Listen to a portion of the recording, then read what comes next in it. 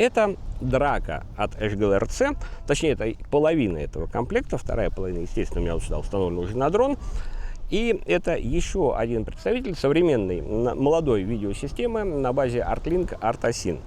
Мы уже смотрели на подобную систему от BTFPV, действительно бюджетный вариант. Ну а сегодня вот у нас настал черед посмотреть на драка от HGLRC.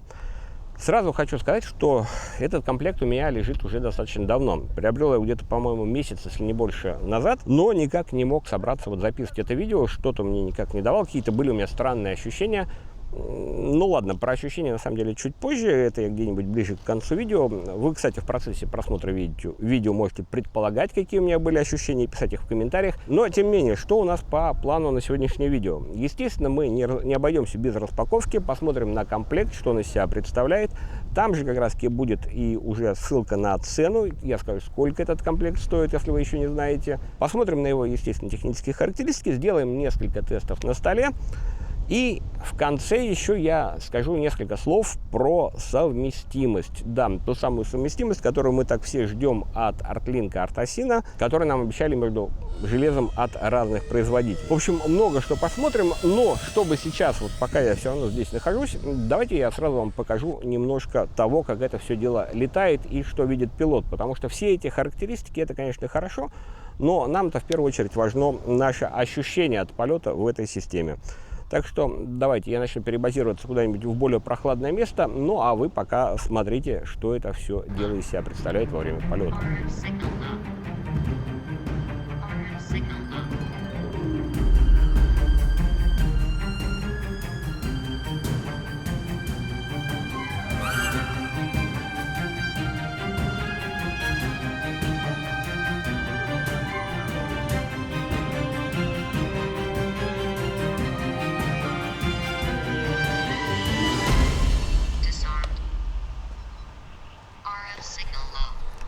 Я где-то упал. Но обо всем давайте по порядку и посмотрим, что из себя представляет вот этот комплект HGLRC драка. По распаковке, упаковке не будем затягивать время, не буду красиво вытаскивать это все из коробок, просто вот это все дело разложу на столе и покажу, что это все дело приходит. Да, вы по идее уже видите, что к нам приходит. Начнем, наверное, с Air Unit. Давайте с него, потому что это, наверное, самое интересное, а может и не очень. С Air Unit к нам приходит комплект вот запасных болтов, логично, да, пара шлифов для подключения юнита к полетному контроллеру, соответственно, две антенны вот таких вот левой поляризации, стандартные SMA антенки. Ну и, соответственно, сам юнит. Сам юнит у нас выглядит вот таким вот образом. Это алюминиевая такая коробочка, в которой скрывается сама наша плата.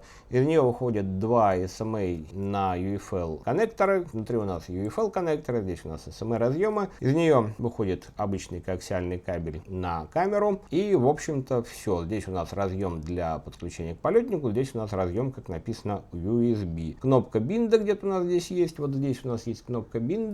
И, соответственно, где-то здесь есть лампочка, показывающая его работу. Сам юнит под этим кожухом очень и очень похож на юнит, который мы уже видели от BTFPV P1, да, то есть, если обратить внимание, здесь, по-моему, вообще ничего не изменилось, за исключением того, что появился вот это второй UFL разъем, да, соответственно, его цепь, ну и, по-моему, у нас вот здесь поменялись усилители. Почему поменялись усилители? Потому что этот юнит нам обещает до 15 км полета и до 1 ватта мощности. Как публиковали видео сами HGLRC, у них там вообще получилось до 40 км улететь на самолете на этом юните. В общем-то, все здорово и великолепно должно быть, поэтому, в общем-то, у нас здесь немножко поменялся выходной каскад. Все остальное выглядит очень и очень знакомо. Окей, теперь по камере. Камера, как вы видите, выглядит очень и очень знакомо для тех, кто видел DJI O4. Соответственно, да, это действительно кожух от DJI O4 камеры размером 21 на 21 мм, если я правильно помню. Но внутри под этим пластиковым, вот здесь это уже пластиковый кожух,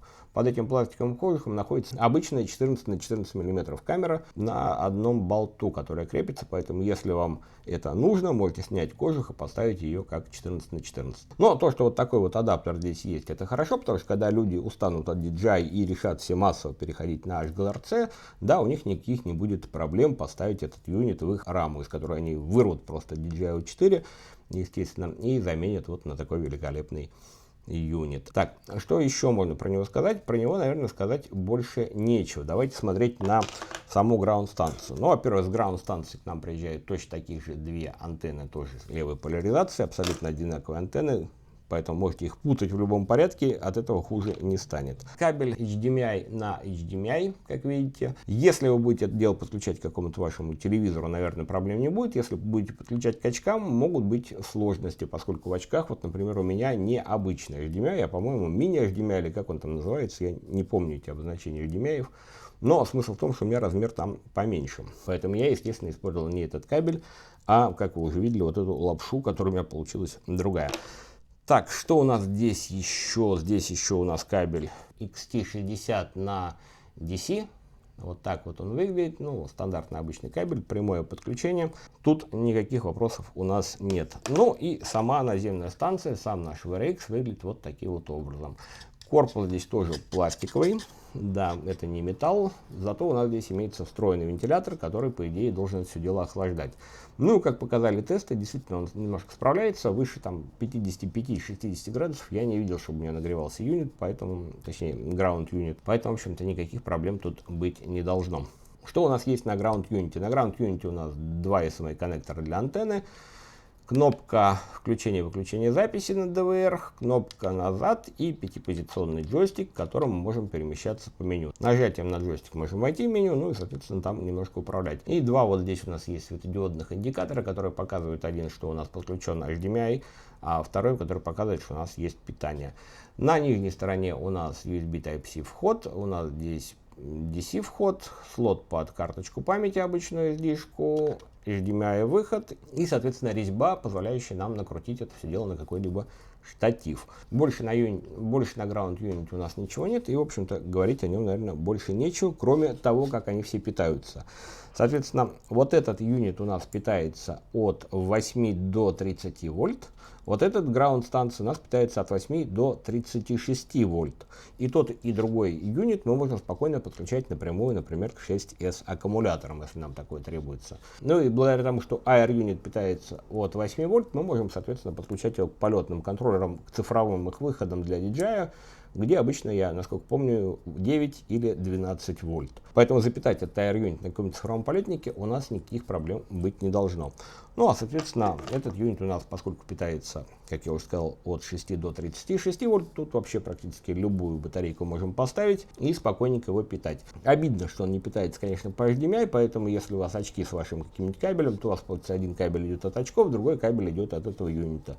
Но можно делать, как обычно делают там разветвлители, и питать это все дело тоже от одного аккумулятора. И, кстати, да, пара слов вообще, что такое Ground Unit для тех, кто вообще не в курсе. Ground Unit — это обычный приемник, такой же, как установлен в ваши шлемы или очки, за исключением того, что этот приемник не подключен напрямую ни к какому монитору или дисплею. Да? Он просто принимает сигнал от AR юнита и выдает его по HDMI выходу куда-то наружу. Ну а что будет на другой стороне, это уже зависит от вас. На той стороне может быть как очки или шлем с HDMI входом, это может быть какой-нибудь полевой монитор, это может быть просто какой-нибудь мониторчик, в общем, все что угодно. Вот к такому монитору я тоже подключал, когда первично настраивал, смотрел. Да, это все дело возможно. Но, соответственно, если у вас нет таких очков, если у вас нет такого шлема, вот эта коробочка вам никаким образом не поможет. Потому что летать на каком-нибудь кваде в акро, вот, например, вот на таком мониторе, удовольствие, честно говоря, ниже среднего. Я думаю, если кто-то пробовал, вы это понимаете. И, соответственно, для того, чтобы пользоваться этим комплектом, вам в любом случае придется покупать очки или шлем с HDMI входом, если у вас, соответственно, таких нет. Напомню, что у DJI, современных DJI, таких входов нет, поэтому они вам, если они у вас есть, не подойдут. Окей, наверное, по распаковке все, что можно было показать, я показал. Давайте это все дело уже включать и немножко тестировать для начала на столе.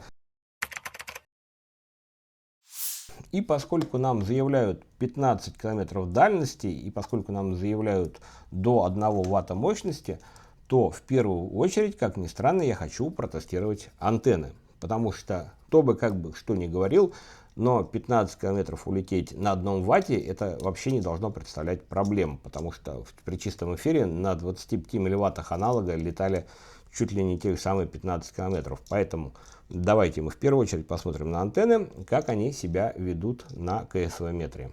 Ну и вот что у нас получается по антеннам. Одна антенна, ну, не так, чтобы очень приличная, но тем не менее, хоть какой-то КСВ где-то она попадает меньше, даже 1,5, но, правда, в конце своего диапазона. Окей, давайте смотреть следующую. Вторая антенна показывает значение вообще непонятно куда улетающей. Вообще тут не похоже, что есть хоть какой-то КСВ. То есть она совершенно на 5,8 не настроена. Да, я вот ее попробую там еще раз воткнуть, еще раз подогнуть, покрутить, может где-то нет контакта, но нет. Эта антенна вообще никуда не годится. Окей, давайте смотреть следующую.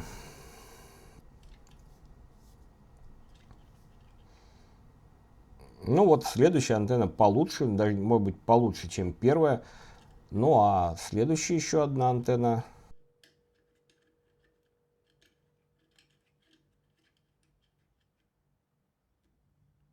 Ну, тоже допустимо. По крайней мере, эти антенны хотя бы будут работать, в отличие вот от одной, которая вообще показывает непонятные значения.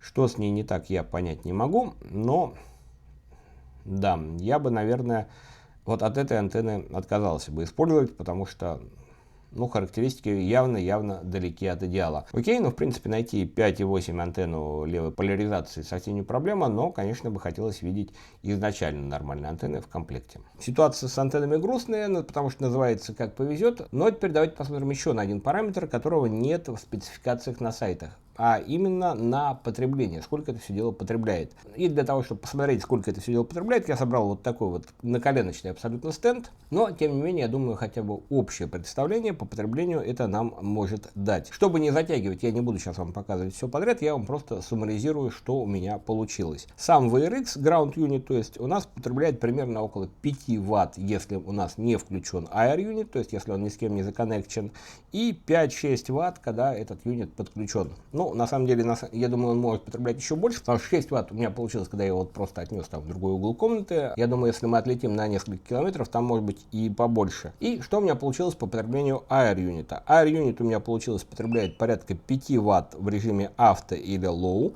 У него есть 3 варианта мощности. 7 Вт он потребляет на максимальной мощности и 6 Вт на средней мощности. При этом есть один еще такой момент, что первые замеры вот эти я проводил, когда у меня была прошивка версии 1.0.3, по-моему, да, она там называлась. После того, как я обновил прошивку, показания немножко изменились. Стало 7-8 Вт просто на режиме авто и на режиме low, то есть потребление у нас выросло. И чтобы еще я хотел сказать про юнит, то, что я заметил во время вот этих тестов, что греется он неимоверно. То есть добежать до 100 градусов просто на столе без охлаждения за несколько минут для него никаких проблем не составляет. Поэтому, если вы собираетесь его как-то настраивать, если вы собираетесь с ним как-то ковыряться вот на столе, обязательно его охлаждайте. По прошивкам, на самом деле по прошивке будет отдельный блок, отдельное замечание, но что бы я сейчас вообще в общем хотел сказать по ArtLink, то, что мы находимся в той ситуации, когда сейчас у нас ground юниты, там шлемы, очки, VRX могут приезжать на одной прошивке, например, на второй,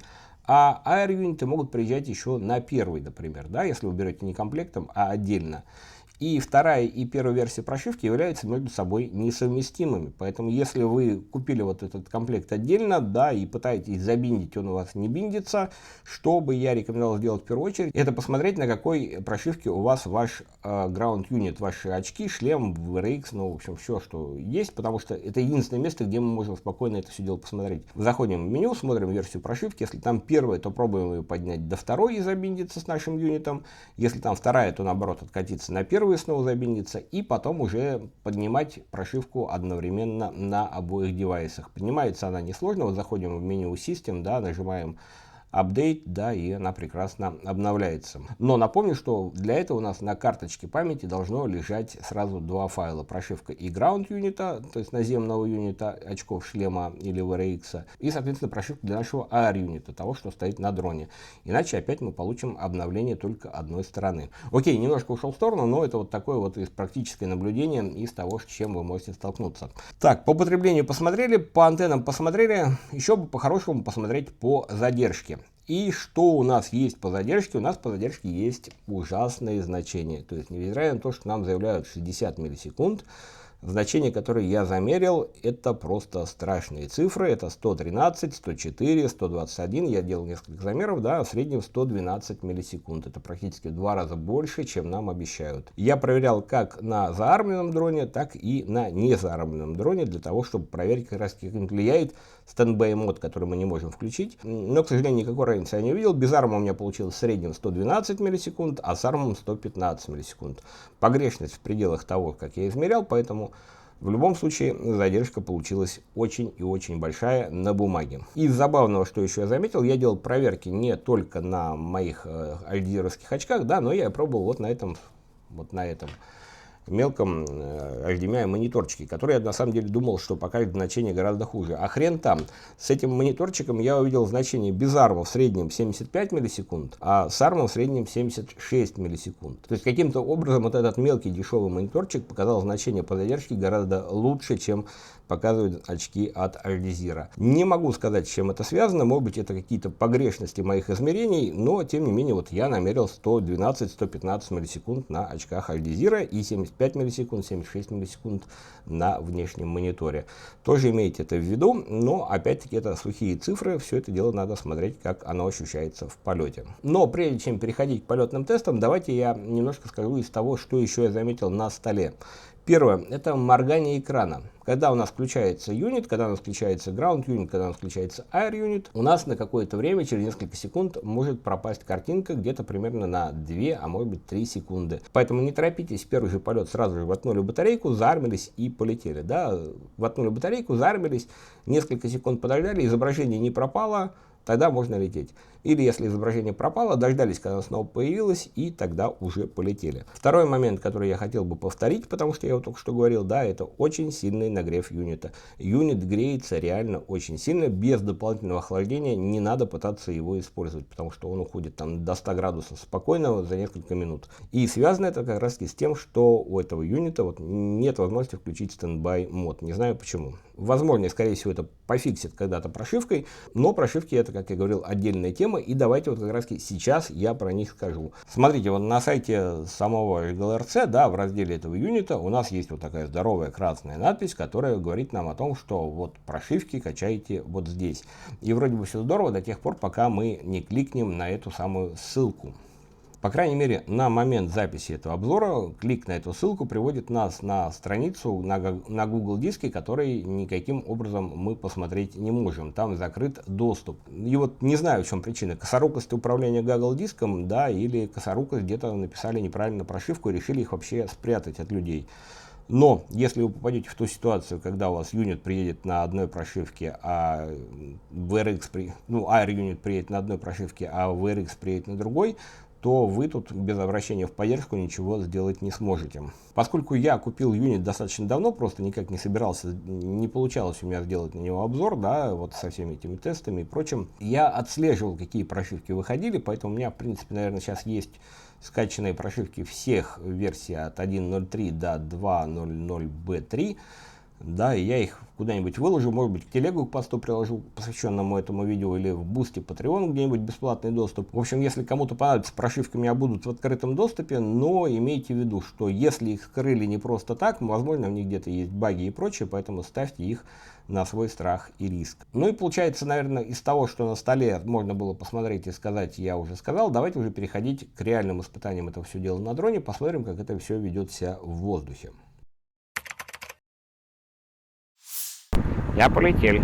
Но прежде чем я полетел, давайте вернусь к одному моменту, про который я забыл сказать, а именно к цене. И весь комплект у нас здесь стоит порядка $300, то есть $150 у нас стоит Ground Unit и $150 у нас стоит Air Unit. Получается, что Air Unit у нас стоит чуть дороже, чем стоит на данный момент даже O4 Lite. Ну а значит и картинку мы вправе ожидать не хуже, а то и лучше. Так что теперь, когда планка ожиданий обозначена, давайте уже действительно посмотрим, как вся эта история ведет себя в воздухе. И для того, чтобы посмотреть, как все это дело летает, начнем, наверное, с самого простого, с спокойного полета на дальнее расстояние. Слово синематик мне здесь на язык никак не ложится, ну, я думаю, вы сами понимаете, но, тем не менее, заодно посмотрим, сколько по дальности мы можем пролететь на этом комплекте.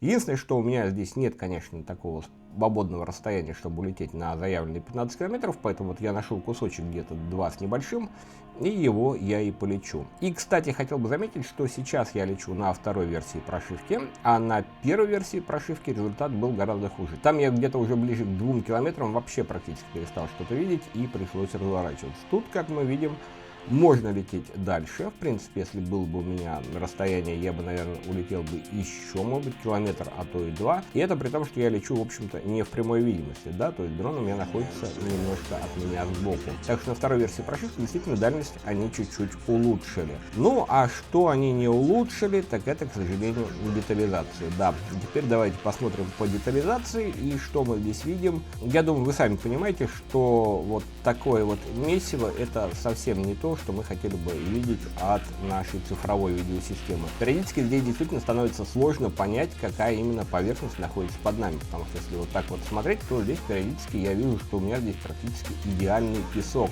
Но на самом деле здесь, конечно, не песок, здесь гравий, и этого я не вижу. Да, то есть если мы вот где-нибудь вот так вот зависнем, то детализация нормальная. Но если мы летим быстро, то вот результаты у нас не самые лучшие. При этом еще есть вот эта странная полоса, которая периодически появляется просто поперек всего экрана, да, где вообще детализация смазана. И это совсем не похоже на какой-нибудь фокус-мод, где обычно нам размазывают края экрана, да, это вот просто чисто какой-то баг. Не знаю, это тоже должно быть поправлено прошивкой. Но, тем не менее, что я могу кратенько сказать вот по этим полетам, ну, я думаю, вы сами понимаете, что результат, в общем-то, до $150 в районе у нас не дотягивается. Что еще я заметил неприятного, в какие-то моменты мы можем просто на ровном месте, в 15-20 метрах от себя, получить фриз. Да, и вот в этот момент, если бы я, например, дайвил, этот бы фриз мог бы стать фатальным.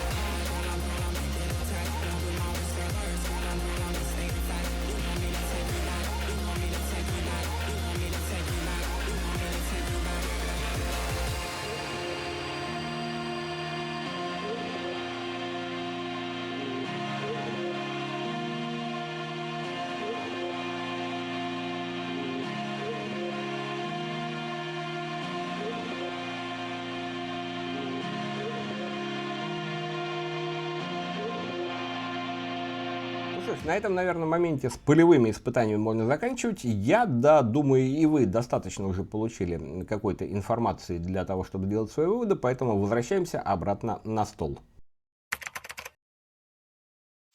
И, как я и обещал, пара слов про совместимость. Чтобы не затягивать видео, кратенько скажу, что да, появилась. На второй версии прошивок мне удалось забиндить P1 Air Unit от BTFPV к VRX, то есть вот к этой нашлепке от HGLRC. Да, действительно забиндилась, действительно картинка появилась. И из забавного задержка между юнитом от BTFPV, P1 вот этим, да, и VRX от Draco стала меньше, чем между VRX от Draco и юнитом от Draco. Да, там значение немножко меньше, но тем не менее на P1 мне удалось замерить задержку в районе 70 миллисекунд как на заармленном, так и не заармленном дроне, а на драковском юните, как я напомню, было примерно 5-76 миллисекунд. Разница небольшая, но тем не менее она вот такая вот у меня получилась. Возможно, погрешность измерений, но тем не менее забавный такой момент есть. Единственное, что я еще не успел нормально полетать на этом P1 дроне с VRX от Draco, да, просто не хватает еще на все это дело времени. Но, по крайней мере, картинку вот на столе я увидел и предполагаю, что она будет, по крайней мере, не хуже, чем я получаю картинку в шлеме.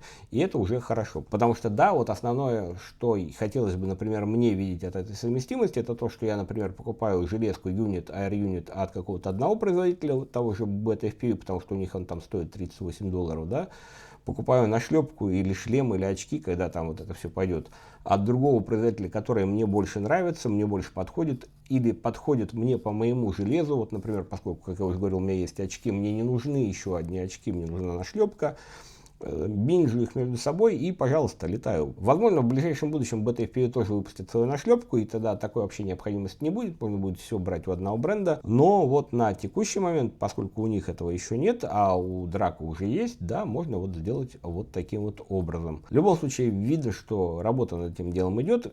Криво еще, и, честно говоря, криво и косо, прошивки еще кривые и косые, потому что вот на разных прошивках что-то одно работает, что-то не работает, где-то там мощность мы не можем менять, где-то мы не можем каналы переключить, где-то вот как у Draco мы сейчас не можем стендбай мод включить, но в любом случае вот то, что совместимость нам заявляли, она появилась, это уже приятно. Ну и давайте уже наконец-таки переходить к выводам.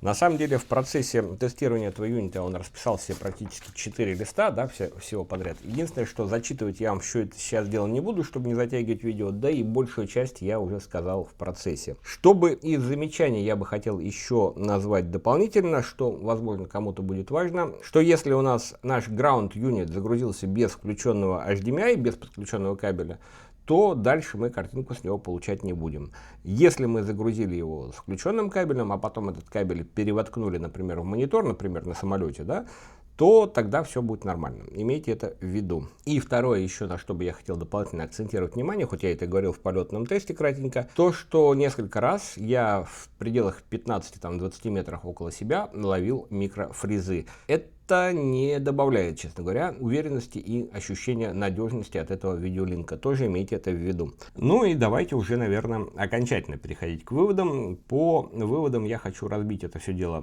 целиком комплект VTX и VRX, то есть Ground Unit и Air Unit. И что бы я сразу хотел сказать про комплект, ну, мое мнение, наверное, все-таки скорее нет, чем да. Потому что, к сожалению, комплект имеет смысл покупать только в том случае, если вы хотите его устанавливать куда-то на самолеты, крылья и дроны-дальнолеты.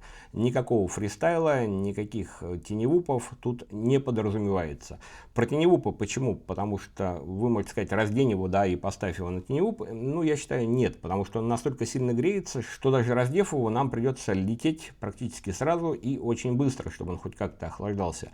А если мы летим быстро, как мы видели, у нас картинка размывается в кашу, которую, в общем-то, не очень приятно смотреть. Поэтому нет, теневупы нет, что-то более крупное, фристайловое тоже нет, поскольку мы имеем микрофризы, поскольку вот нет ощущения надежности в линке, да, никаких рискованных маневров на нем совершать явно не стоит. Поэтому что остается? Крылья, самолеты и дроны-дальнолеты. Да, там может быть, но опять-таки стоит хорошенько подумать, потому что на рынке, в общем-то, есть и другие предложения, в том числе и от других производителей. Окей, теперь по VTX, то есть Air Unit. Ну, тут мое мнение однозначно, соотношение цена-качество не в пользу последнего. $150 за Air Unit, ну, с учетом его качества, с учетом его работы и текущих прошивок, честно говоря, перебор. Потому что на рынке у нас есть DJI O4 Lite, который, да, он стоит дешевле, чем этот юнит. И если уж говорить про ArtLink, у нас есть BTFPV-шный P1 Air Unit, который стоит $38. И с учетом того, что юнит от Draco у нас выглядит практически, по крайней мере визуально, практически идентично, там что добавилось? Второй радиотракт и, соответственно, поменялись усилители, чтобы мощность до 1 Вт мы имели. И, честно говоря, я сильно сомневаюсь, что вот эти самые изменения стоили тех самых $120, которые мы за него переплачиваем. Поэтому VTX однозначно переоценен сильно, и с учетом его текущей прошивки, наверное, я бы не мог рекомендовать его к покупке. Да, только если вы вот все-таки решите брать комплект, ставить его куда-то лететь на самолетах. Ну и опять-таки, как бы перед этим стоит, на мой взгляд, хорошенько подумать. Ну и по VRX, вот по этой коробочке, тут уже не так все плохо. В принципе, если у вас есть очки или шлем с HDMI входом и вы хотите попробовать ArtLink, то, в принципе, коробочку эту взять можно, потому что вам все-таки не придется покупать какой-то шлем здоровый еще дополнительно для ArtLink, да, вы можете подключить к имеющимся у вас очкам или шлему. Но только в том случае, если у вас есть очки или шлем. Если у вас очков или шлема нет, и вы собираетесь покупать вот этот VRX, и вы собираетесь покупать еще очки-шлем, то суммарная цена получится весьма и весьма значительная, и я думаю, тут уже стоит смотреть в сторону DJI O4 того же N3, да, и, соответственно, переходить на их юниты. Ну, и если окончательно финализировать все, что я только что вот наговорил, то, я думаю, вы понимаете, что от HGLRC Draco я остался не в восторге.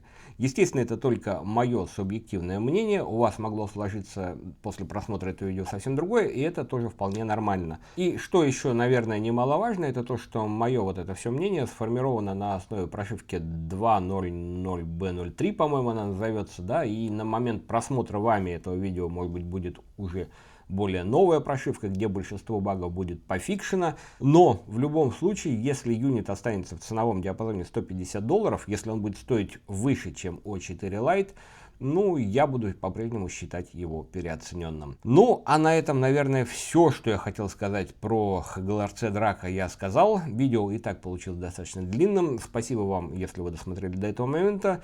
Ставьте ваши лайки, обязательно пишите ваши комментарии, что вы думаете про эту систему. Ну, а я же с вами прощаюсь до следующего видео. Всем счастливо и всем пока.